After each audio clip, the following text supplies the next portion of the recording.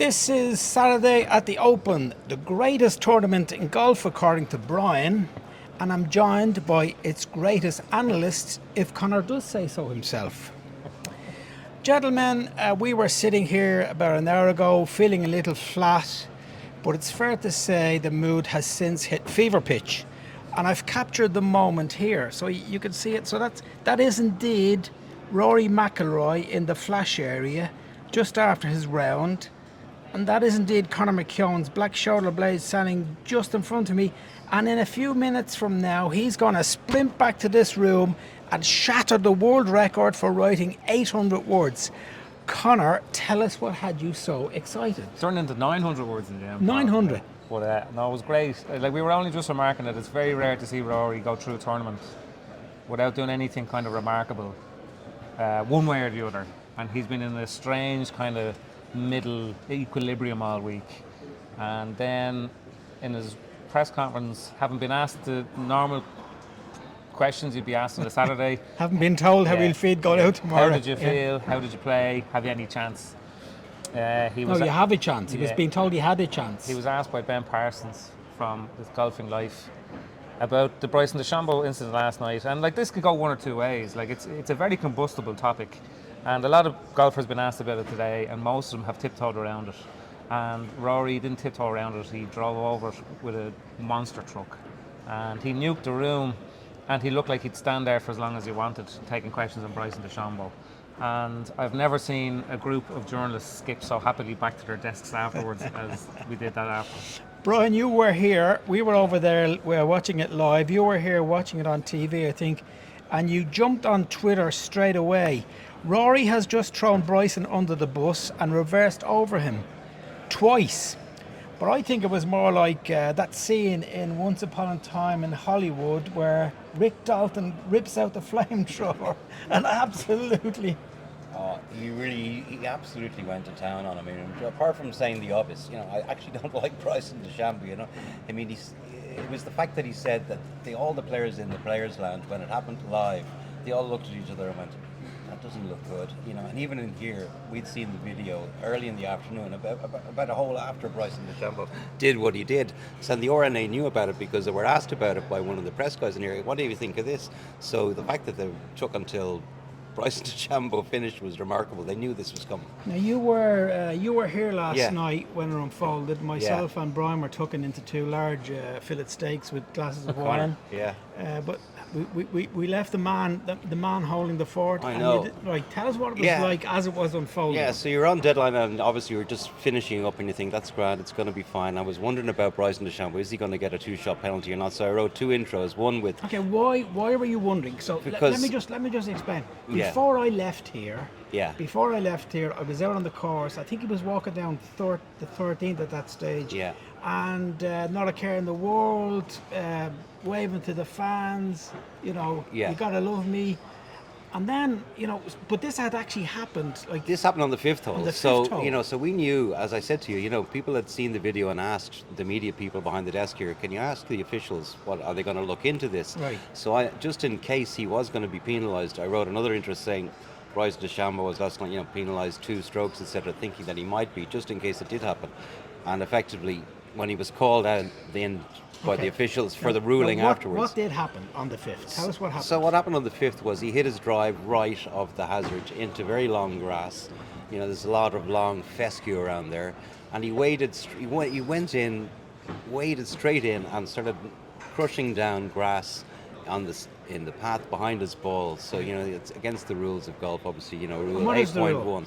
Well, you got to play the course as you find it. You can't be breaking off branches or bending down grass, whatever. You got to go in tiptoes very carefully so as not to change the path of your swing, so that you can get a better connection on the ball. And the way he went in first, he walked all over the area behind his ball. Then he stamped on a large bunch of fescue right behind his ball, flattened it down, it popped back up, and according to the RNA, they said, look, this is has improved the path of your swing, and it's I think that's a key point, because I think most people would be familiar with the rule that you can't improve your lie.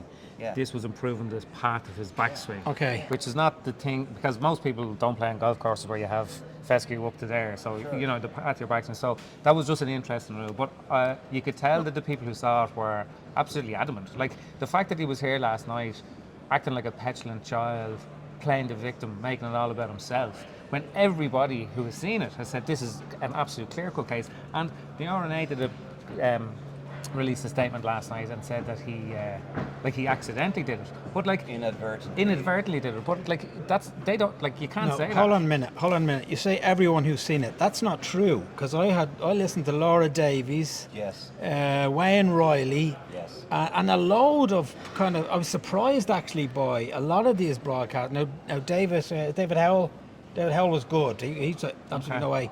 And of course, he was absolutely savaged. Was good as well. Good, we're saying good in In good the is calling sense that it. he was saying, "Well, look, now this doesn't look Yeah, right." Yeah, this is they were going very easy. Now he was savaged by on the Golf Channel by Eamon Lynch and by Paul McGinley and Brandel Chambly. Yeah. But there's a lot of players, Conor, who actually, who didn't call him on and don't think it was right. Yeah. Well, I suppose, look, like, why do we all love Rory McIlroy so much? Is it because he's good at golf, or is it because he went into there and said the thing that everybody's thinking? That is the thing that a lot of people were thinking. Like, Rory said that the people that he was watching with last night live, that straight away they said that doesn't look good. Yeah, I thought that was the key, actually. The most interesting thing that he said. We were watching this live, watching it as it happened. It wasn't like someone had posted a video. Yeah. Oh, well, you saw the video of that after. He's watching it live and thinks, no, this is not right. Yeah. Now, you've played the game. My understanding, Brian, I mean, Yeah. you know the game. Yeah. My Yeah. understanding was always when, bunker or anything like you treat it like it's an atomic bomb. You dance around it like it's a fucking atomic bomb. This thing could blow up at any moment. Yeah. Now, I better be really careful here. But this guy runs in here like a bleeding gorilla. Yeah, that was it was stomping around literally like an elephant around the ball. I mean, put it another way, if it was trees he was in, say, and you took a practice swing back, you knocked a leaf off a tree, that's the equivalent. It's the same thing. Yeah. So it's as simple as that. Really. Yeah. I just think he doesn't really understand the rule. Is the impression I have. Right, Conor, his behaviour afterwards was really appalling. Like, really appalling. Yeah. Like, goes to the range, I may not play tomorrow, and everybody, no tee times. They can't set the tee times because they don't know what he's going to do. Yeah. I mean... Well, that was the line that Rory had, that he held the whole tournament hostage. So they didn't know what tee time he was going to be in. They couldn't tell the other players what time they were going to be teeing off. Yeah. This is at 10 o'clock on a Friday night. He could be teeing off on a Saturday morning.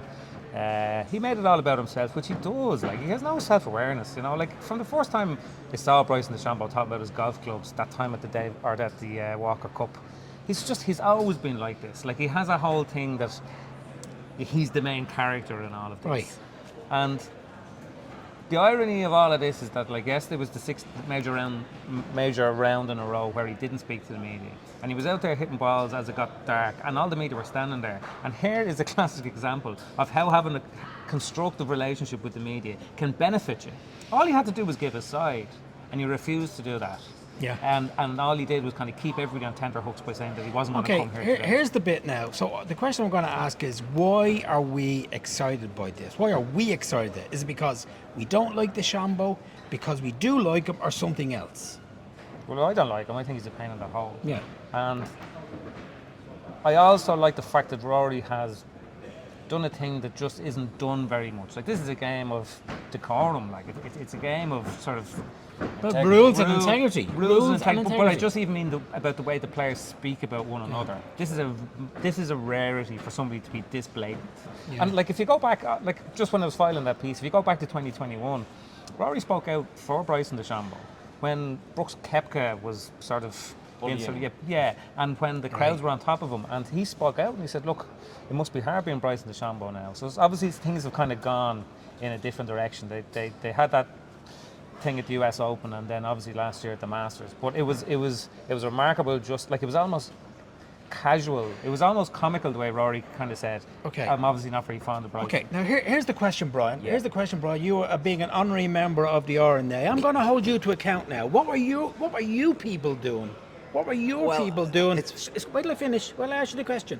What were your people doing when this guy was out there holding the tournament to ransom? Why didn't somebody walk up there and say, right, what are you doing? You don't know? Right, you're gone. That's it. You're gone.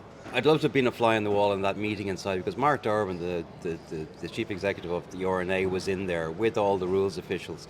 And it did strike me that when Grant Moyer, the rules official, made a statement, he began with inadvertently, and Bryson didn't do this on purpose. There was a lot of that, and I got the impression that there was a quid pro quo. We don't know what happened, but Bryson said, "I'm not playing tomorrow unless you sort of make it clear that I didn't do this on purpose," type of thing. I just got the vibe that there was something to that long meeting in there with DeChambeau. Well, just on that, last year Shane Lowry got a 2-shot penalty in Portrush, and if you remember, the ball moved in percent, like it was. You couldn't see it. You couldn't even see it. No. And he never got any statements on his behalf from the R&A explaining that it was inadvertent. Right. So this is part of the reason why we're all delighted about this, because in a lot of times these kind of superstars, larger than life characters, are treated a bit with kid gloves, and they're sort of mollycoddled, and in some cases they're indulged. Okay. They did change the rule. Yeah, no, I get that, Jay. And also with the embedded ball at the PGA, So they changed two rules. What was changed? What was changed? That if it was imperceptible to the naked eye, that they couldn't be considered a penalty, and then the So other if it's one was so the Irish. That's happened to Padraig Harrington several times as well. Rules have been changed on foot of penalties that he's been. Have been imposed upon. I remember a ball moving in the Masters one time. It was did he address it? Was the wind? Did it move? Did it not? So the rules of golf, they're fairly simple, really. Yeah. Play it as it lies. Don't touch anything, and just hit it. They're simple. Here's why I'm excited. Here's why I'm excited by it, and I don't mean excited in the excited sense. Animated, rather. Here's why I'm animated by it. We've had examples this year, just last month, of governing bodies not doing what they should do. Yeah. Cristiano Ronaldo, World Cup, shouldn't be in playing in the first game. Was on a suspension. Yeah. What was the American? What's the American player? Balogun. Red card, suspended, and then they get take a phone call from Trump, and that's it. It's okay. Now, I come from a sport that chose to go down that road in 1999 when Lance Armstrong tested positive for steroids. Okay. And the governing body decided, this guy is too big, we don't want to upset the fans, let's all pretend this didn't happen. And the result is that I'm here at the Open, not covering a sport I love, because nobody gives a shit. Everybody thinks it's ruined, and it is ruined. And that's what happens when governing bodies don't do what they should be doing. They're custodians of the game. Yeah, I agree with you completely. And particularly golf. Like golf, if it doesn't have rules, it doesn't have anything. And none of the rules there's no hierarchical structure to the rules. Something like this, it doesn't rank as a minor rule compared to you're not allowed to kick the ball into the hole. They're all rules, but they all have to be adhered to. And that's what makes golf what it is, because Rory said it himself, it is a self-policing game. They're out there in the open in front of 60,000 people and millions at home. But if you play golf in your local club on a Saturday morning in the monthly medal, if you want to do well in the monthly medal, if you get any sort of a thrill from shooting a good score, it's because you know that the sanctity of that tournament is being upheld by everybody and the respect for the rules. Right. And that's what makes golf what it is. And if it's not punished at that level, what hope has any sport got? Brian, I expected that speech from you now. Yeah, well, I agree with everything Connor said there. Hope absolutely, you do. Yeah. No, absolutely. I mean, it's all about. The R&A had to protect the field. Whether he was on camera or not. As I say, it is self-policing. But once it was clear and obvious for everyone to see, 2-shot penalty and get on with it. Brian, tell us what kind of reception. DeChambeau is on the course now as we speak. I think he's going steady as she goes. There's always a wag in the crowd, especially amongst but what sort of reception did he get on the first day? I kind of heard it and thought it was okay. It wasn't. Yeah, nothing too sensational really. I think he was a bit flat, to be honest with you. I think it took a lot out of him last night. Leaving those poor guys on the range working until 10:30 when they were about to leave. The woman in the donut place even had to turn the lights back on the minute he appeared. It was 12 o'clock by the time people were getting out of here last night, all because of players tweeting about, where's my tea time, I want to go to bed, I've been up since 3 in the morning. There was a lot of that. Yeah, nonsense. Okay, Connor, where are we now with the tournament? I'm not sure we're going to get an Irish winner. Shane has he just finished as we sit here? Brian, can you see a score there? Let's try to see where Shane Lowry's score is. Yeah, he's finished with a 5. It looks like. Yeah, so he's 4 under par. He's 4 under par, and he is 5 strokes off the lead.